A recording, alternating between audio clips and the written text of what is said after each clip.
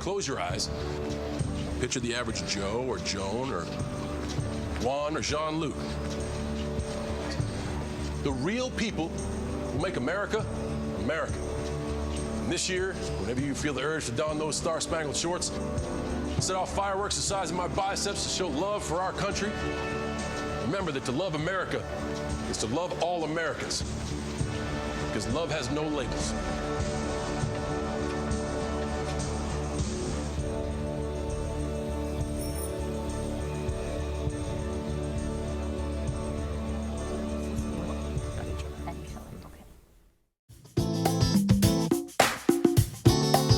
That's what I'm talking about, talking about, talking about.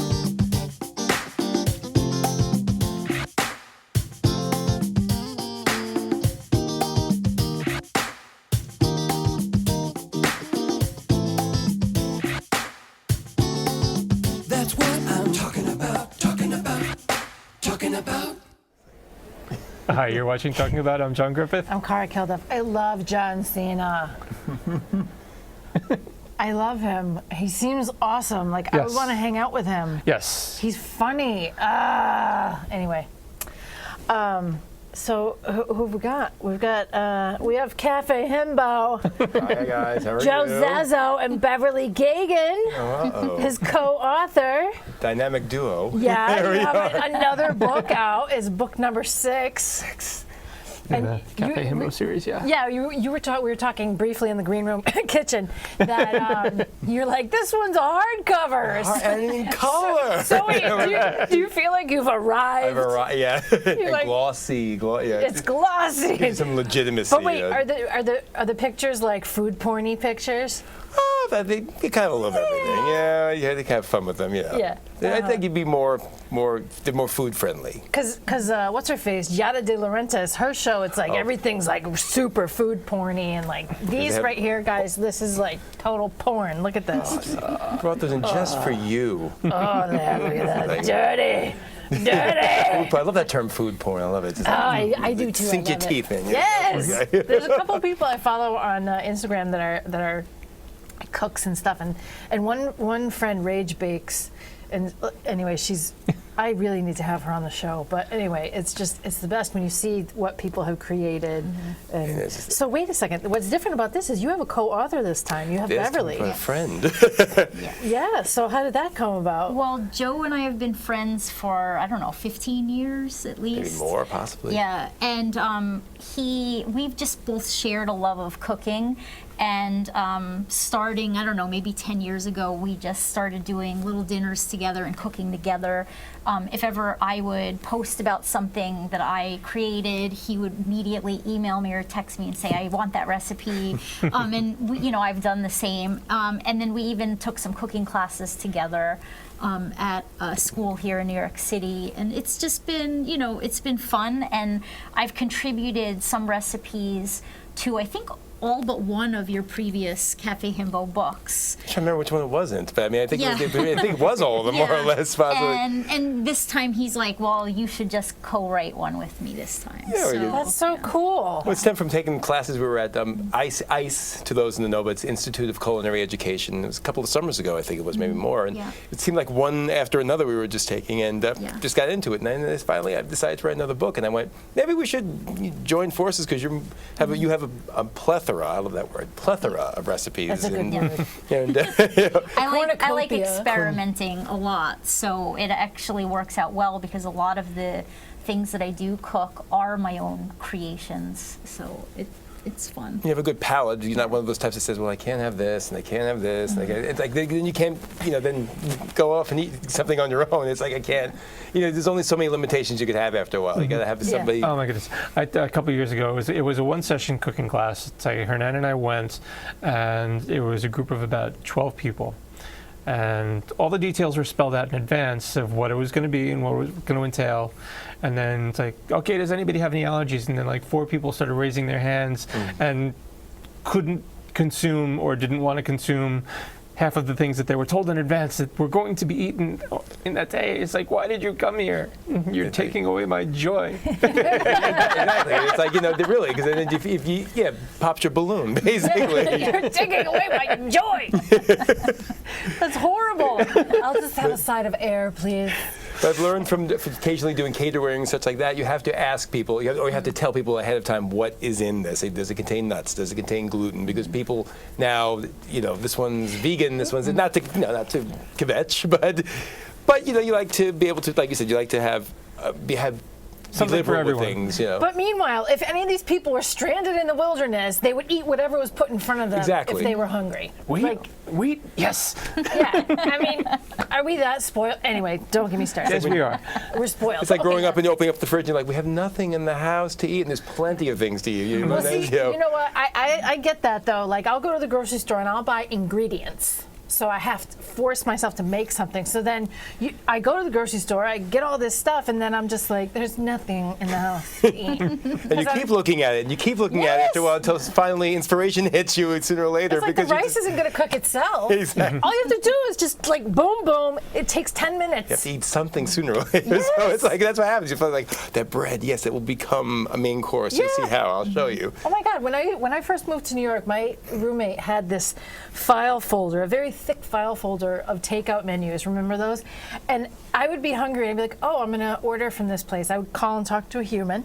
I don't do that anymore, but I would famously go through all of the menus until I wasn't hungry anymore because I just couldn't decide. Yeah. Like, it's ridiculous. Better not to have too many choices. I do that whenever I go to a diner and such. It's just like, I wish they would only give you 5 choices because you can't. Not at a talk diner. yourself out of things back and forth, like Lucy, But I do love a diner menu that's pages and pages and pages. Diner menus are this thick. Yeah. Like, there's nothing fresh here, but it's all so good. But anyway, they said Cheesecake Factory actually has 250 items on their menus. Yeah, that's the biggest menu I've ever I seen. never too realized much. it's like a novel. It's it's War and Peace, but yeah, that's like, how do you memorize the cooks? How do they memorize all these things? It's like they have to have whole departments. It's just, but it's basically the same thing. They just changed one little ingredient. Yeah. Now it's Western. Now it's Eastern. Now it's Whatever. Well, how long did this latest cookbook take to write? When did we start it? In the fall? Yeah, fall was a concept, and then really the winter and spring is when I just started calling people saying, you want to give me a recipe? You want to give me a recipe? And then, of course, everybody's like, oh, when do you need it? I'll get it to you. And next thing you know, February, March, April. And I gave myself a deadline, said, okay, it's got to be out by the end of June, early July. So otherwise, we'll be here Christmas time waiting and waiting. So Yeah. The theme this time is comfort food. And when we started thinking about this book, we started it last fall, and it was like the perfect time because that was when we needed to start experimenting, and comfort food in the fall and the winter is the best. Yeah. He put me in charge of macaroni and cheese and meatloaf. that's her specialty. So, yeah, she's always got some interesting idea. I spent all fall and winter coming up with new ideas, and so One of them's chicken cordon bleu. One of them is that's for the meatloaf. Yep, I have a French onion soup meatloaf. Yeah. Don't mess around. Wait, how many recipes did people give you guys for like weird variations of mashed potatoes? I think really that one's actually pretty tame. I think I'm trying to think what was the oddest one we have in the book. Well, there's one that our friend Jason Romas gave us. It sounds weird, but it's actually fantastic. It's called single white trash chicken. All right, you have to explain this. And without giving too many of the details, because I want you to get the book. But the thing is, it's a chicken pepperoni combination with some very simple ingredients that may sound a little odd or a little quirky, but it is so delicious. But that's one of the things I discovered with comfort foods is it's not just mashed potatoes and meatloaf and such. It could be bacala. It could be. One person gave me literally a recipe for yogi tea from scratch. It could be whatever brings you to your happy place.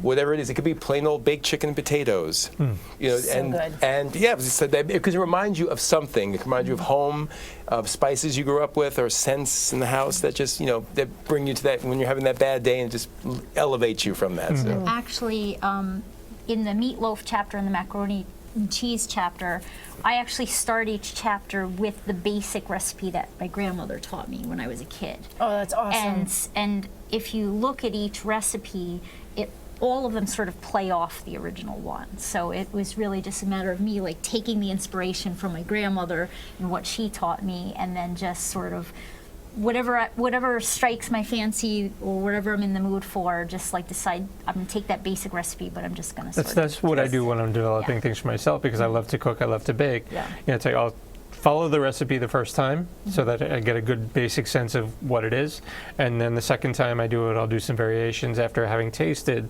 the first time. Oh, this would go good with it. This would go good with it. Yeah, you start to.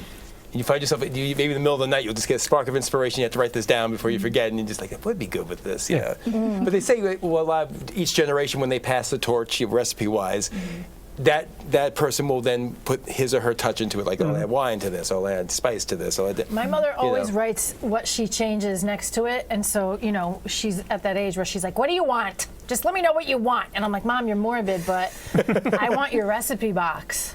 Because that thing is like, that's gold. Is it avocado color? Like, No, it's, We all grew up with it's that 70s yellow. oh, okay. Either that or even tangerine better. or avocado. Yeah. The golden yellow. Yes, Yeah. but I mean that's what she does. And like this weekend, she made this farro salad, and it was delicious. But while I was eating, I just started saying I would do this to it, this, and she's like, "Oh yeah, you're right. It would be good with feta cheese." And I'm like, "Yes, it would." But like, okay, did you come up with anything for the book that you were like, "Oh, this is gross"? Did you, or were you pleased with? Well, no, Or I this mean is anything. odd. I didn't. I don't think that there would be anything, anything yeah. gross in the Or maybe book. somebody But there were like, recipes no, that people no, sent we you. don't do gross food. Not gross. We do yeah, single the white book. cheese trash chicken. That's But what we did, do. did you make a weird meatloaf that you thought like this Or sounds maybe good didn't. In theory, yeah. Well, That happens. actually, I did make a Frito pie meatloaf, and I had to do it twice. 'Cause Why? The first time just didn't come out right. It was very dry and crumbly, and it was a disappointment. But I was determined to make it right. Like, 'cause to me, it's such a wonderful combination of flavors. I knew that it had to work, so I just kept playing with it, and eventually I ended up making it. Well, you could have gone with the original recipe and you could have just called it the X. Dry, Yeah. flaky, and a disappointment. I'm PMSing, so I'm like, Frito pie? Yeah, that sounds amazing. Well, so wait, like, oh, was that's so were the sexy. Fritos on the top, or were they like? So in it? actually, what I did was Were they binding? a couple of things. I actually pulsed the Fritos in a food processor to make the crumbs, because a standard meatloaf recipe has breadcrumbs in it. So the Frito crumbs were the breadcrumbs, but then also when I would serve it, I would also serve it with extra Frito crumbs. Oh my God, that sounds so Who good. knew free, right? So the Frito would probably be part of the salt also. Yes, oh absolutely, yeah, you don't need to add extra Wait, was salt. there? It's overkill. So Drink good. water all night. Oh yeah. Oh my God. We have some photos that are going to be popping up. You'll be seeing some of the examples. And one of the photos is of a person, actually, who is also one of the writers in the book. It's her name is Stephanie. I have to say this slowly. Stephanie Roman Vega. I keep calling her Vega Roman. But anyway, Stephanie Roman Vega. And she is the wife of one of our makeup men, because another connection from movies like Nikos the Impaler. His name is Jesus Vega, but now this is his wife. And she herself is a chef, and she has her own little YouTube show. And she's from Puerto Rico, and she has all these wonderful Puerto Rican recipes. And she was saying What'd how she give you? she does the empanada chapter. And you see a million and one ways. We were talking about what to do, and then I said, something, you're good at empanadas. I said, well, can you come up with like 8 or 10 of them? We can show you a million course different ways. she can. And she did. She did. And she's going to show you. Man. But she was saying how the spices remind her of home, and that's comfort, and brings you to a Yeah. happy place, and that's what it does. But yeah, every time I was writing the book, and I would have the photos there, beside them, like, I want one of those right now, like pizza, empanadas, or empanadillas, if we're calling them. Yes. Little ones, yeah. You know what? One of the many things I love about New York is that you get to try every culture's comfort food.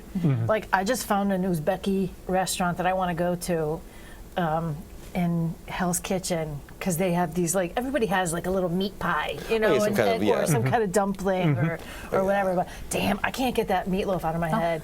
Frito pie meatloaf. Well, I can't wait for you You're gonna to take. cook it. And I'm gonna make it. It's yeah, easy. and then These you things gotta aren't bring it hard. back You on don't the have to be- show. You have Oh to, my You don't have to go to God. Chelsea. You that. don't have to go to Chelsea Market for your ingredients. You can. No. But you were saying before about failed attempts real fast. There was one thing I tried once. It's not in the cookbook, but I love pecan pie, like lots of people, and I love cashews. And I decided to make cashew pie, thinking it would be, and it came out wrong. The oil from the cashews just didn't work. because I thought cashews taste a little nicer than pecans on their own, at least I think. But it was like, no, this failed. So I was like, No, that sounds. and then you find out, yeah, That's an abomination in the eyes of the Lord. Yeah. Cashew pie. No. Oh, yeah, cashew chicken, cashew pie. Cashew pie sounds like some vegan bullshit. Like, you know. Yeah, well, that's what they use. Please try our cashew pie. You're like, It was blessed by a shaman. No thanks. I'm full, thank you. So over the holidays, I made my grandmother's hazelnut cookies for the first time. Like And hazelnuts are How- great. Oh, so good. got good reviews. It's Yeah. and my mom said, and my aunt both said that I got pretty close. I followed her recipe, but Grandma was always a pinch of this, a little of that, and the recipe came from somebody sitting next to her, writing things down as she did her magic. So it's a little bit different every time, and you're just capturing as much as you can. You know They what's have the a best? magic, though. That's the thing. When you get a recipe from somebody, like from a family member, and it's an old one, and there's stains on it. Yeah, no, the history is there. And all, Yeah, you gotta make that one. you can recreate. Yeah. The thing- A lot of the time, Joe asks me for a recipe. Like, I'll cook something for him for dinner, and he's like, "I want the recipe," and I'm like, "I don't even remember like what exactly I put in There's like there, a or hint how of this, much a hint I of put in that." there." Yeah, and so sometimes There was it's parsley in it. I remember that.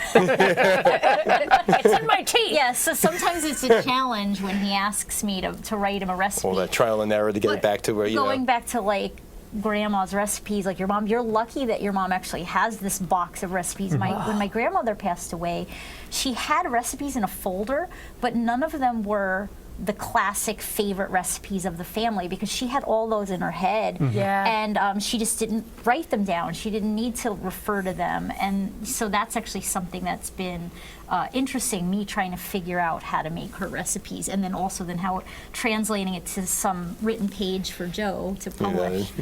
it'll look all pretty and such, Yeah. One thing that always amazes me with our elders is that when they made these things, they didn't have the benefits of things like Williams-Sonoma spices and all these, as they say, hoity-toity things nowadays we have. They were just very, very simple things, and yet they tasted amazing. I don't know if it's just the quality of food now is not as good, or produce and such. Well, but we have a lot more processed foods. Yeah. Even things that you think are raw and unprocessed are processed in some way, shape, or form. Yeah, so your meat, after being in the counter for that long, isn't naturally that red in most cases. So something bad. yeah, so there's stuff in there, and you need to source your ingredients as best as you can. But just going back to simplicity and comfort food, and what's something in the book that's maybe quick and easy that just goes down so well, maybe on a rainy summer night? It could be like salads, like all kinds of simple salads. There's even simple pasta dish, even though summer's not really a pasta season. Sandwiches and such. One thing in there I have is a croque madame cauliflower dish, which is really basic if you want to cut down the carbs, but it's basically the base is cauliflower, but it's all stuff that's just a few pieces. You put it together, and somebody gave me a bubble and squeak recipe. We were going to know about that one. No. It's a famous British recipe, but it's what you do with leftovers. And you can turn it into something amazing, but it's just a few pieces here and there. And that's like those are the best kind where you can just 2 or 3 of them, but suddenly it's amazingly tasty. And I had this friend yes. who, there's a stoner food that people make. I remember he made something one night, and he had all these sauce packets from various things. I don't know what it was, but it was really good. It's a special sauce that he created that goes on I don't know anything. what the fuck it was. But it was like if we looked at it in the light of day, like, oh, that's horrible. But he was just like, Little Chinese and Mexican takeout, and this Yeah. takeout, and you put them all these and melting pot basically. Yeah, like using leftovers. I had gotten tacos from this banging place in my neighborhood, and I had 4 sauces. One like was red and it smelled amazing, and then I put my lips to it and it was like fire. And but I was like, oh yeah, I'll just dump these in, stir it around. It was like, mwah. And do like the Italians. Oh, that's what I love though, about like experimenting and cooking and just Happy accidents. That's Yeah. basically. Yeah. I actually did something like that recently. I went to an Argentinian steakhouse, and me and my friends, we ordered this big mixed grill platter. It had steaks and pork, and it had sausages and chicken, and we all ate a lot, but we had a lot to bring home. And so I had these like mixed little different varieties of meats in my fridge, and the next day I'm like, it's not like one meal, what can I do with it? So I actually chopped up all the meat, and made a fried rice with it. You know, Oh, just that like sounds something good. with Yeah. leftovers. Like a Sunday soup, yeah. they call it, where you take like vegetable soup and you throw the week's leftovers at work, you know, put them in there. And Or the leftover omelet. Yeah. yeah. Yep, Yeah, exactly. waste not, want not is the theme nowadays for basically everything. I mean, but Yeah. in general, but especially food. And it's just, you know, it's like we're going to turn this into something. You know, we're not Yeah. going to put that in the garbage. What do you find that sounds really fancy but is actually really simple to make? Really fancy. Maybe that croque madame, possibly, because it sounds like there's much more to it. I'm It's a fancy name. just trying to think. Well, French onion soup chicken is one of the things. Or maybe the French onion soup meatloaf. Yes. Yeah. That's, I mean, I think a lot of people might be nervous about the idea of caramelizing their own onions, but it couldn't be. easy. It couldn't been, you know, easier. I mean, it's really simple. I bet that tastes Yes. good. And one recipe in there is from a friend of mine, Joey. It's one of the more labor-intensive ones of the book, but it's a pork loin with special stuffing and such, and it is amazing. But it's definitely step by step by step. But that's what you do when you want to comfort someone. Say, I'm going to do something special for you. I'm going to make that meal is going to make you, you know, feel yummy all over. So. Ooh, sounds good. And the book is full of little innuendos, keeping in Cafe Himbo territory. It can have some fun because let's face it, you know, it's like Emerald Gone Wild, you know. Okay, you know? Yeah, and all the yumminess in the pictures as well. And there's lots of cult movie celebs in there, like whatever horror person I happen to know. That, you know, it's like, hey, they all happen to have great recipes. And people who were in movies like Black Christmas and Mommy Dearest and Suspiria and all that, like, you know what? Why don't you put a recipe in my book? And everybody kind of they have fun with it. So but you never guess that, you know, somebody from Suspiria would give you a bacala recipe. But see, that's the funny thing. The two of you obviously had a great time putting this together. Yeah. It is, but yeah, it is fun. It's I think compared to producing movies, I think this is a little more enjoyable just because it's not nearly as stressful. I mean, Well, and we can work together to invent recipes, and we also give each other feedback. So he'll come over and I'll make something for him, and he'll tell me what he thinks or how he thinks I can improve it, and you know, I do the same for him. with our little Yeah. friend group, it's just that they're a good audience because they can eat most everything, and you know they're accessible. Whereas with that guys, when I try to make meals for other people, it's like, well, this one can't have this, and this one can't have that, and you know, and it's impossible. That's the thing. You can't, you know, you can't shine or you can't fail or whatever. You can't experiment. No, those people would not survive in the wild. And it's just like, but does it have to have avocado? Well, it's called Avocado Ranch. I guess, can I use something else? That's not Avocado Ranch, is it? Is it? When people, I don't particularly like fish. I mean, I know people love fish, but I don't like fish. And people say, have it. Don't worry, it doesn't taste like fish. I said, then why eat it? Have a pork chop. You know, that's just me. That's funny. Eat it. It doesn't taste like fish. Don't worry, it doesn't taste like. Well, then why have it? Yeah, anyway, that's me. But a lot of people are incredibly busy and they're intimidated by, you know, meal planning and just breaking out things into the kitchen. What are some good make-ahead meals that you might have in the book? There are some stew recipes, especially in there. There's some chicken lots and lots of chicken recipes in here. The macaroni and cheese. Yeah, macaroni and cheese, yeah. Especially, like, often I'm told it tastes better 2 days later. So, I mean, I think that's definitely one where you can make a huge tray and it can last you a couple of days. You know, it's definitely things that you can freeze. Not something that you have to have. That's certain. I know sometimes pasta dishes they have to be eaten right then and there. Certain ones, but that you can actually. Yeah. Desserts is like which I brought today. These are actually, by the way, these are fudge pudding brownies with a kind of a candy walnut crisp on top. So there. Those look dangerous. They're comforting. They're comforting. But they're made with cooked chocolate pudding, and it gives them a very different kind of texture. Does it make them like extra moist? It makes them like I want to say gummies. It's like gummy kind of pudding, like a British pudding, kind of like chewy macaroon. Rich. Yeah, rich. Oh my God, we're done. It's like, So done. Yeah, they're not going to last long after the credits No. roll in a couple of minutes. And I think appetizers are one of my favorite things to make because they're easy to make. You know, for everyone, and you know, they're not too committal. You have to have a sit-down dinner, or you have to have a buffet. That's one of the things I love about entertaining sometimes is just doing finger food because it's quick and easy and a lot of it is planned ahead and you can just get it out there and actually enjoy your guests. Yeah. without having to hire a caterer or something. I mean, that's the whole thing. Is that's one thing I always forget whenever I'm hosting a party and such. Is that I'm always running, and I'm never just because I can't get one single conversation in with anybody. But it's always like few words, as you know. But you're kind of high energy, Joe. You're like a hummingbird that way. You're like, like because it makes you happy. That's true. Well, everybody wants to hang out in the kitchen anyway. So if you're still cooking when we arrive, that they like to linger. It's like her place. It's like the kitchen is kind of on the small side, and she has this great big room. But why is everybody stuffed in the kitchen? Because they just have to gravitate. I have like a Every house 600 like it. square foot living room. Like, Everyone wants to be in the like 4 foot by 3 foot. I'm very familiar with and you that. feel comfortable there for some reason. It's just like You know, that's funny because I had a friend who, in their old apartment, like it was a beautiful apartment, like gorgeous living room and blah, blah, blah. But the kitchen was where everyone hung out. I think it's like in every household, and there's something about it. I don't know if it's just. I mean, it was one of the most comfortable rooms in the house because it was like one of the warmest, you know, literally and figuratively. And yeah, good things happen there. You know? The kitchen is very often the heart of the house. True. And food brings people together. That's the thing. It's and even if you're slicing tomatoes or something, it makes just kind of arouses kind of. I find it relaxing though if I'm going to make something. I mean, just have all my stuff laid out, and it's just. It calms me down. Yeah, I love cooking, and actually a lot of my friends are like, why do you want to go home and cook when you've worked all day? But for me, like, cooking is often a way to relax. I enjoy it. It's something I look forward to.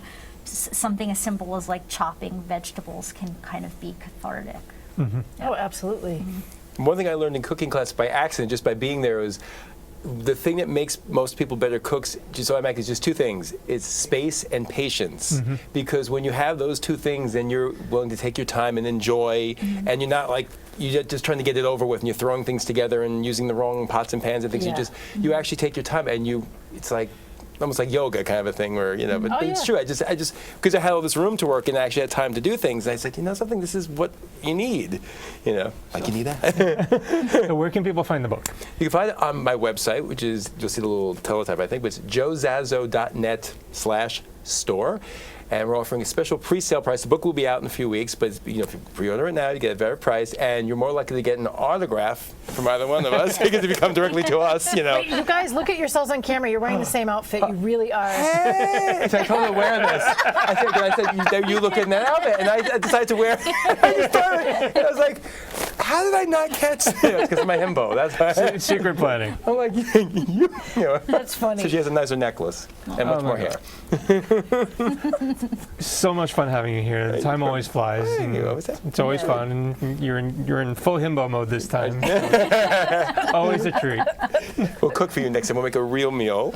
That would be lovely, and you're always welcome. Just reach out, and there's always a seat for both of you. So thank you so much for taking the I time. think we talked about it earlier, but I think we'll have a portrait of you somewhere always. oh no, wait! We should have a portrait of you on the table. I was saying, like, it'd be the Elkie summer of, it's like, I've nothing to promote, but I just wanted to be here because I was in the neighborhoods. Well, thank you so much for taking the time to sit with us. Thank you for being here. Thank you for having us. I'm John Griffith. I'm Cara Kilduff. And we'll see you next time. Thank you so much. Bye-bye. Bye.